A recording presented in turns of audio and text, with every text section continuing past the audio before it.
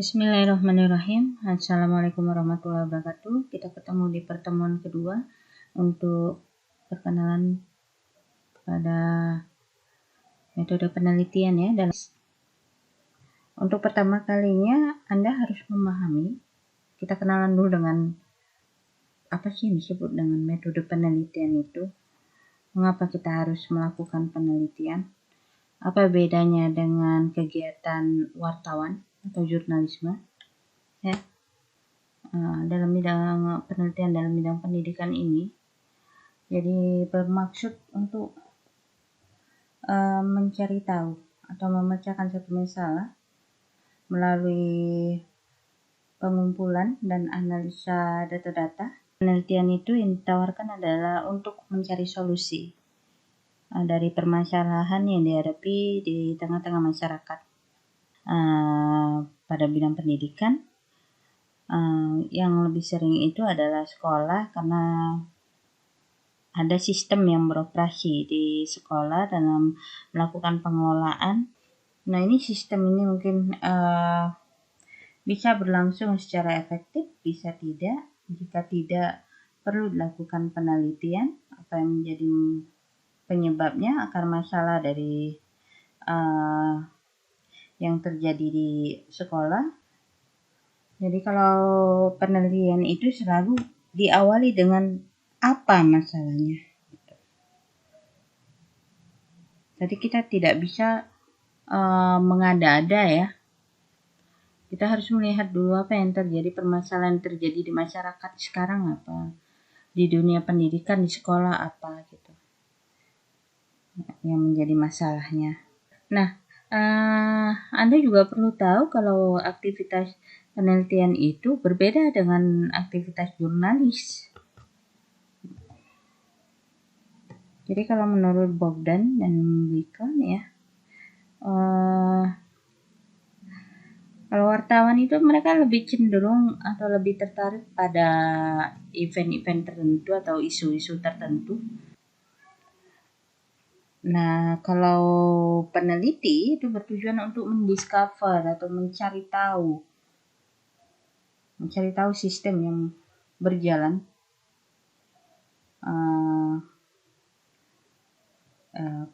dan terjadi pada lingkup penelitian tersebut, pada lingkup area yang akan diteliti gitu.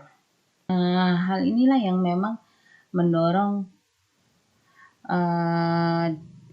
pada lingkup universitas untuk mendukung dan mengencourage mahasiswanya untuk belajar melakukan penelitian secara ilmiah. Aplikasi-aplikasi statistik bisa digunakan, persyaratannya apa. Jadi mahasiswa lebih familiar dengan kegiatan-kegiatan penelitian ilmiah. Itu mengapalah muncul mata kuliah ini, pengenalan terhadap metode penelitian. Latar belakang masalah, bagaimana mengobservasi masalah apa sebenarnya yang terjadi di masyarakat, apakah itu hanya sekedar isu atau memang bisa menjadikan fondasi untuk bagi mahasiswa untuk melakukan penelitian. Ada beberapa poin yang memang Anda harus pahami di dalam melakukan penelitian. Jadi penelitian itu Anda harus paham variabel, yang dikatakan variabel itu apa sih? Ya. Jadi variabel inilah yang menjadi kunci dari sebuah penelitian. Apa yang mau Anda teliti? Mana yang menjadi variabel yang mempengaruhi, mana yang menjadi variabel yang tidak dipengaruhi. Apakah semua penelitian itu menggunakan variabel? Bagaimana dengan metode kuantitatif? Bagaimana dengan metode kualitatif? Begitu, ya. Jadi yang disebut dengan variabel itu harus jelas.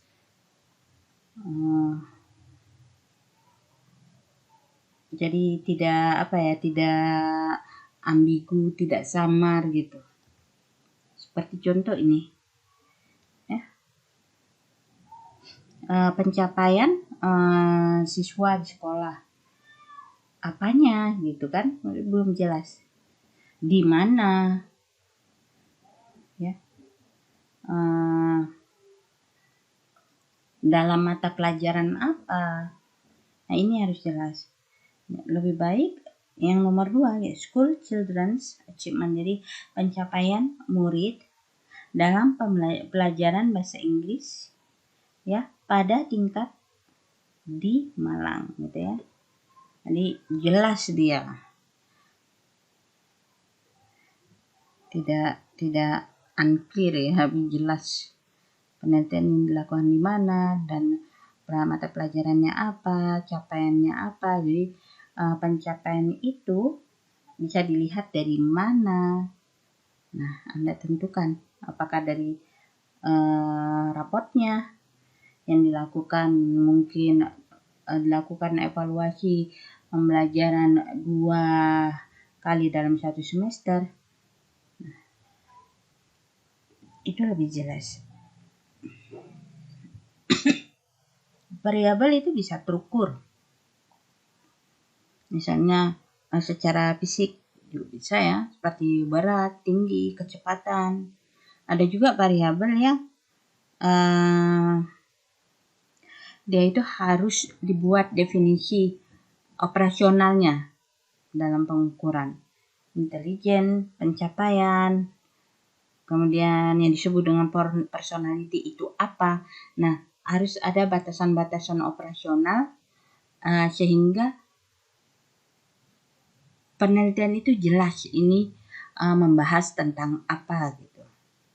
Harus ada definisi operasionalnya dalam membahas variabel ini seperti apa gitu. Yang dikatakan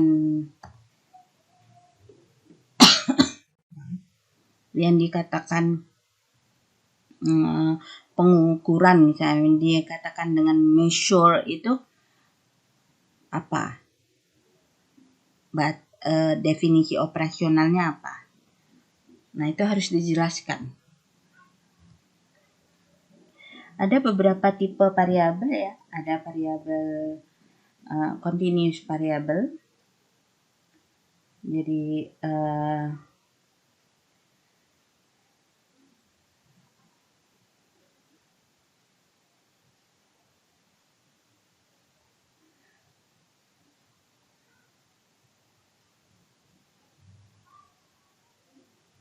kalau umur itu harus dijelaskan gitu. Kenapa? Umur itu kan berkelanjutan gitu.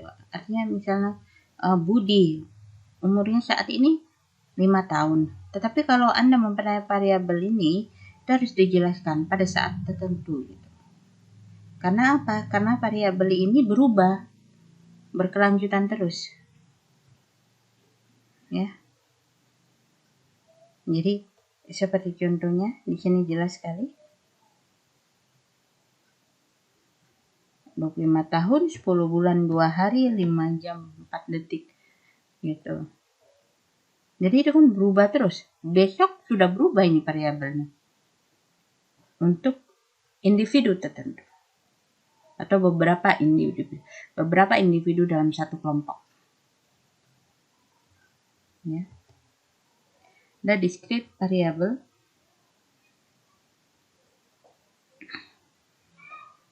Jadi misalnya,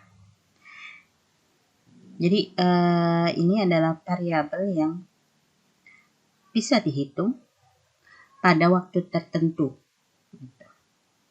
Ya, Anda bisa menghitung uang Anda di dompet berapa. Anda bisa menghitung uang di bank berapa. Gitu. Ya, dia dapat dihitung. Ada independent dan dependent variables. Ini adalah variabel yang mempengaruhi dan dipengaruhi. Gitu.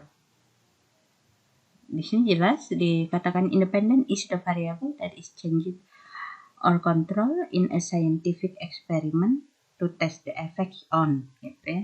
Jadi variabel ini adalah variabel yang dihitung, yang biasanya ini dalam perhitungan dalam penelitian kuantitatif ya, penghitungan ini. Dia akan dihitung apakah dia memberikan pengaruh, variabel ini apakah mempengaruhi variabel tertentu atau tidak.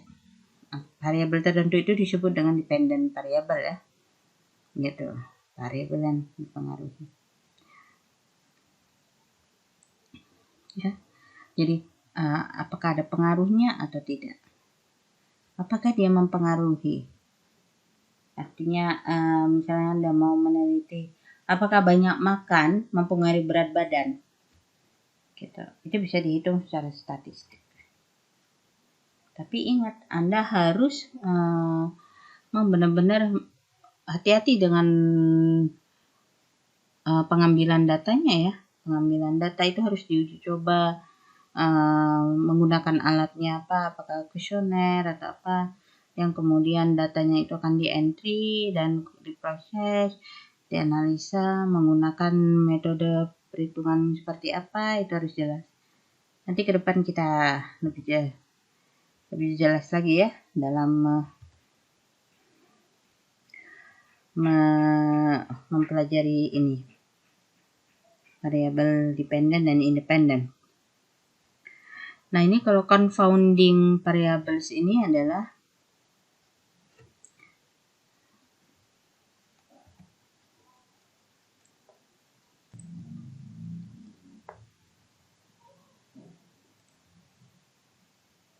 ya, jadi variabel perancu ini ya, confounding variabel ini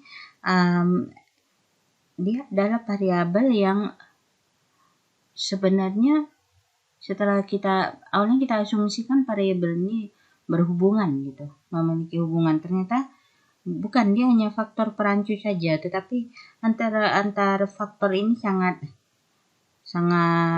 dekat, seakan-akan tidak terpisahkan, sehingga kita pada awalnya berasumsi bahwasanya pada variabel ini ada hubungannya, tapi ternyata tidak. Jadi dia disebut confounding variable.